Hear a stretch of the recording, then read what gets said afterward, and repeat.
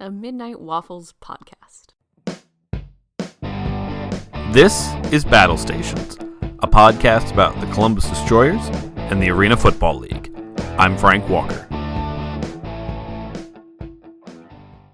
Hey folks, welcome to the show this week. A little bit of something different. Because the first round of the playoffs was just complete blowouts, and you know what? Maybe something happens in week 2, and Baltimore and Washington have that comeback spirit and can do something amazing. If they can, good for them. But we did kind of a big preview show for that last week. Next week we're going to be back to more of a traditional structure, discussing them games themselves and kind of what we're looking at. Since we'll be going into the Arena Bowl, so it'll be our Arena Bowl show. This week's a little different. When back in the late winter, early spring, when I went to the Destroyers headquarters, the team's chief operating officer, Rich Witmeyer, he said at that time, he's like, "Hey, do you want me to come on the show? Do you want me to talk?" And at the time, I thought that'll be great. Yeah, we'll talk with him. And then the more I thought about it, I thought, no, I want to talk with him after the season's over, because that'll be more interesting. Like, there'll be stories from the season. There'll be what happened, what went down. So it'll be a little more interesting. So we've got that for you tonight. And I'm glad we did a little bit of a wait, because it's after talking with him. I mean, at the time there was so much unknown still about what was going to happen, and I think this works well, because I think it's this podcast and this interview with Rich is one of those first bookmarks in the kind of the history of the return of the Destroyers, and I like that we've got this, and I'm glad we can share it with you guys. So enjoy the interview with Rich. Again, thank him so much. Thank you again, Rich, so much for coming on the show. And enjoy, folks. Welcome to the BattleStations podcast, Columbus Destroyers Chief Operating Officer, Rich Witmeyer. How are you doing this evening, Rich? I'm doing great, Frank. Thank you. How are you doing? I'm doing well. Thank you for asking.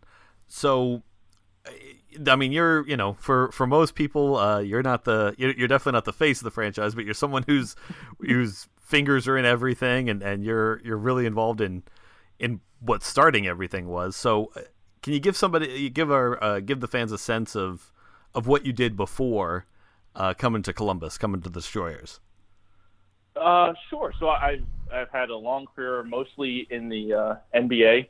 A little time in the NHL, but I mean, I started with the Philadelphia 76ers in the mid-90s, in a variety of different jobs, from public relations to business ops to ticket sales to a little work in sponsorship and all this sort of thing. So, sort of a broad experience in several different markets. I was actually involved with the Portland Steel, for a little bit when the league took ownership of them, and we were basically just sent out to run the team for the end of the season. I wasn't even there for the beginning of it, but just to get through that season. So a little AFL experience, but it certainly hasn't been my wheelhouse. But setting up structures. I was part of relocation of the Charlotte Hornets to New Orleans, and then helped move that team to Oklahoma City after Hurricane Katrina, and then back. So certainly have experience with starting things up from scratch, and some under quick timelines, but none as quick as this. You mentioned the quick timeline here. I mean, for you. I mean, since this team was announced I think the actual announcement came maybe in February. I mean, how much lead time did you have from the day that you were on the job till kickoff of that first game? I mean, I think so. I got the call about the opportunity the week before the Super Bowl.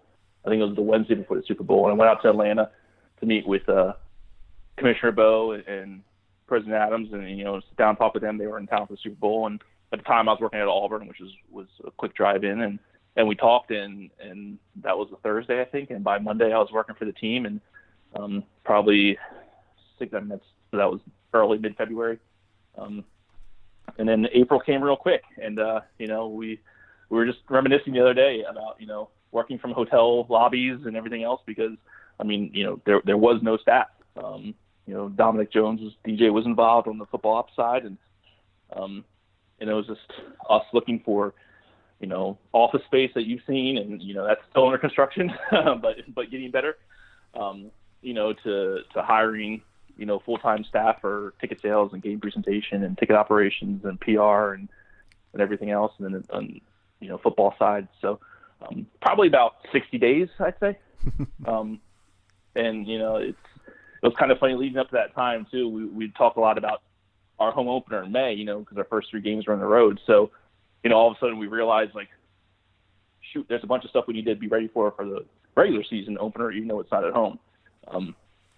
So luckily we had a few extra weeks with the scheduling, but we got it done. And I think I told you, how we'll define success, was once we kicked off in May, we were successful. It was getting everything up and running and putting on what we felt was a tremendous show in the arena. Was a success. So we're happy with that. But certainly have identified a lot of areas to grow. Now, in those early days, so you mentioned around about 60 days, which, my goodness, that's quick. Yeah, the early days. I was actually, not to interrupt you, but I was writing a letter to our season ticket holders about, talking about renewals and stuff that's going to go out probably tomorrow. And it was literally 5 months to the day when I sent the first letter out saying, here's the process, here's where we're at in deposits, and here's the process going to be for selecting your seats. So to think, like, 5 months, we sat everyone, then we had, select the seat stuff and then play the season, and now it's over already. So it's, been crazy. But sorry, go ahead. In those 60 days there, were there any times where you thought to yourself, did I make a mistake coming here, or were you just too busy getting stuff done that you didn't have time to think about that? No, honestly, and friends all around leagues would ask me that. And I said, it's tiring, it's stressful.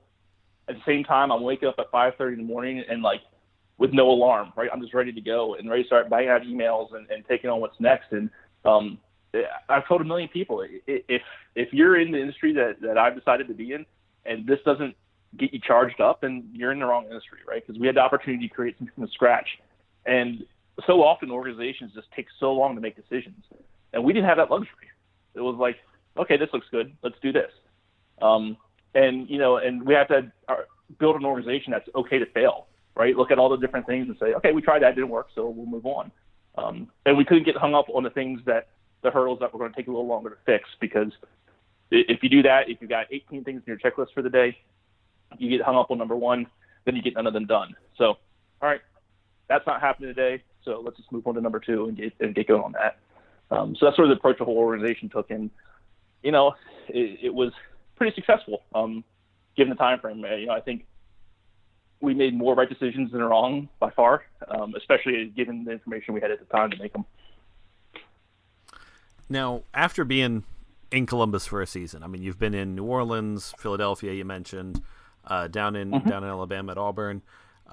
What have you noticed about the Columbus market that you think makes it unique or makes it kind of different from other places? Yeah, I think every market's unique and every market has similarities. And again, I'm still trying to learn the fabric of the city. But people really are proud of Columbus, which is very similar to New Orleans. And I think people from Ohio are very proud of Ohio. And that's one of the things I've learned. And obviously, I know going in, working for a Power 5 school and a major national contender, like, I can only imagine, I knew what Columbus was and what football was to Columbus. So that was a no-brainer, and that's obvious. But, I think it's a tremendously quickly growing city. I think I might have told you that I had a friend who lived here, was part of Destroyers the first time, and asked about Columbus, and he described it as a cold Austin, Texas. And, it's a young city. It's vibrant, a lot of tech coming into it, the capital of the state, college football, heavy, and all those things are true. But I think it's so much more, as I get in more ingratiated in the community and talk to people, I'm like, oh, well, we're number 1 in this, and we're number 2 in the country in this. And so I think there's a lot that makes it unique, and passion for football of all sorts, right? High school, college, peewee, professional, teams in Cleveland and Cincinnati, like, all matter deeply to these people. And that's exciting. I think that gives us a lot of opportunity. Now, looking back at the season that was, Are there any things you look back at from those early days in February till now and think, you know what, maybe we could have done this better. If I could, maybe I'd have done this a different way. Yeah, I think there's always things. I try to reflect and look at things that we could have done better. And like I said before, I think a lot of decisions we made were based on the information we had at the time. Perfect example is how we priced out the building and the different amenities that we're changing for next year. I was pricing a building that I didn't know. And the couple times I've been in it before we started, pricing was already out and it was a Blue Jackets playoff game or something like that. So, it's just a different feel. But after, seeing our building in action for our games, it gave me a different perspective of what we should offer and hearing our fans and what they want and working from there. So that would be one. I think, hiring staff would certainly be another. For the first several weeks, it was me. So I was answering emails, everything from merchandising to, tickets to sponsorships and everything else. And I probably got myself bogged down in that instead of spending that same time. I wanted to be responsive to people. I didn't want people to think they weren't being heard. But I should have also taken more time then to get people in who could answer those questions because that's their specific discipline a lot earlier. Now, from the perspective of management, it's not, as far as where you're at, when you have a season kind of go the way it did on the field, where the team just doesn't win the way anybody wanted, the on-field product just didn't go the way people wanted, how does that affect what you're doing? Is it something where because it's the first season and there's still that excitement on the team coming back, it may not affect things, or how does that affect your job day to day when in handling as the chief operating officer? Yeah, it definitely impacts it, right? It impacts media coverage. It impacts a lot of things. It impacts our staff morale, right? Like when you have ticket sales guys, you have to come in and call people for tickets and to buy tickets and all those sort of things. So it certainly impacts everyone, coaches, players. But I try not to play the results of things too much. I just got off a phone conversation with somebody and I said, it's easy to look at the record and everything and feel one way. But the flip side of that is if we looked back and said, before this all started, there's going to be, I don't know what it was, 8 or 9 games out of 12 that are come down to the last play or the last drive, would we be happy with that? Now, we would have thought we'd, win half of them, but so it wasn't necessarily, the result wasn't necessarily indicative of the effort and everything the team put in. And I also looked at the fact that we had our highest, announced and paid attendance at the season finale. Really was meaningful to a lot of us. And the third highest was the second to last game. So even though the record wasn't trending up, people were still coming out and supporting us and having a good experience. And, our season ticket holder surveys have all come back very positive other than, win more games and things like that. But so overall, I think tremendous success, other than the record, which we're getting to work on that stuff now too. So, all right. And from this season, and it may be something you just mentioned, but what are you especially proud of when you look back at this last season, as far as the work that went in, the team that was built, everything that was done there? Yeah, I'm proud of the group of people that are all sort of behind the scenes, who just worked tirelessly to make this thing happen. Our game presentation director, Lynn Truitt, being at Nationwide until 11 and 12 o'clock at night, loading in LED stuff so that we're ready to go.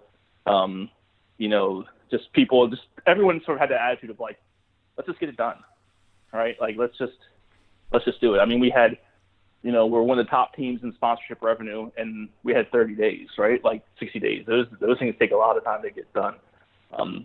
So I think that we were able to produce what we could produce in that time frame is truly astounding, given the resources, right? Like we did really well in Oklahoma City when we relocated there after Hurricane Katrina, but we were the NBA. We had a lot more resources, and we had a whole staff that was going. It wasn't okay, one person go and figure it out.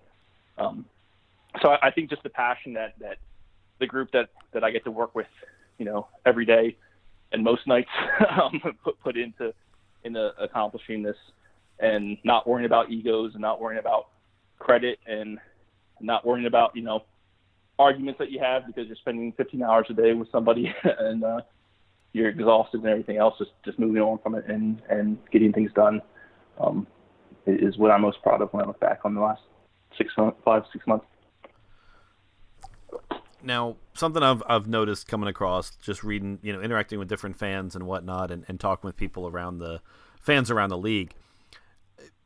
Could you give a little bit of an explanation as to how, as someone who kind of runs the day-to-day business stuff of the Destroyers, how that interacts with a league when the team's league owned? Because a lot of people still have that paradigm of, the team has an owner and then the league's kind of separate. But that's not how this runs at all, really. I mean, how would you explain that to someone who doesn't really seem to grasp how that works differently? To grasp it.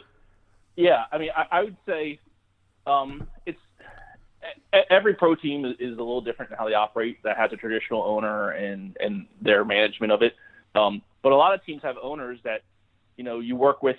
My position, the president or whatever of the team, and set budgets, and then you go from there. So I think. Long term, and the league was more heavily involved with us because we were expansion, and certainly the folks at Monumental Sports, were our day-to-day, resource. And again, not necessarily making decisions, but a sounding board for me to say like, hey, I'm thinking this. What have you guys seen in other places? But I think long term, it's going to be budgets and minimum standards will come from the league, and then all the things will be determined locally on how to budget it. So the league won't say you have to spend XYZ on production or you have to spend XYZ on player housing. They'll say, here's the minimum that they need to have, and here's your total budget for everything football operations related. So just manage it. Like, it's up to you to determine where those resources are best spent. So if I have a specific budget for front office stuff, I can decide I want to spend more on, single game advertising than I do bobblehead night, so it'll be up to us to determine, where we want to put those resources to each market, because to your point, every market's different. So the decision we make here wouldn't be the right decision in Atlantic City, or Philadelphia or any of the other markets. All right. Now we've talked with Coach Salk about what his off season is going to consist of. And we know that with players, it's a lot of, keeping in shape and keeping the phone on for when teams are going to call. What's the off season look like for a COO? I mean, is there some well-earned time off coming up, or what does the off-season look like for you? Yeah, we'll find some time in bits and pieces. I think, I have always started using off-season in quotes because most leagues don't have off-seasons. Ours is a little longer, which is nice. It's going to be weird for me to have an off-season in fall and winter. The other day I was looking at football games I can travel to go to, and the ability to go see my daughter play some volleyball games that I don't usually get when you're in football or basketball. So we're working, like I said, we're about to go out with renewals. I would say we're going to be ripping off all the Band-Aids that we had to put up over the last few months and rebuilding it truly the way that we want it to be built. Not just good enough to have a smoke and mirrors facade out there, but really, everything from, figuring out what community partners we want, like what are our platforms going to be for our charity initiatives, and our community projects, and a lot of things we have to redo because we did 1-year deals. So it's going to be meeting with our corporate partners that we had, figuring out what worked for them, what didn't, and truly going through the needs analysis process and getting better there, and working with the corporate partners we don't have, and introducing ourselves and those sort of things, renewing season tickets, doing all the, group sales. Hopefully we're hoping to have an earlier schedule, earlier free agent calendar, all those sort of things, so we can get to work on those things. But from the business side, the main things are the sponsorships, the marketing and community relations elements and ticket sales. All right. And kind of the final question here, wrapping up this conversation with you here. Now, in a couple of weeks at the Arena Bowl, we've heard that's when the commissioner's telling us there's going to be announcements of new teams and all that stuff. As someone who's been through this gauntlet of setting up a new team and doing it in a couple of months, and someone, talking to folks who are going to be setting up new teams, what advice would you give to them? Whatever new markets we get, however many teams there are, what would you say to them as far as your advice on how to best be prepared for a good first season? Yeah, well, the first thing I'd say is that I hate them for having an extra 6 months. But after that, I think I'd say that again, we touched on it before, is that you have to make decisions and move forward, and you have to make the decisions that you think are best given the information you have at the time. That information may change, and you have to be willing to be flexible with it. But you're going to have obstacles, and don't let them get in your way. Just move on to the next thing, because that obstacle could take days or weeks to fix, and if you get hung up on it, then you won't get number 2 through 5 on your checklist done. All right. Well, Rich, thank you very so much for your time this night, for being so generous with it there, and good luck. Enjoy the off season. Hopefully, you get some games this fall, and we hope to talk to you again soon. Yeah, absolutely. Anytime, Frank. Appreciate you. Thank you for listening to Battle Stations.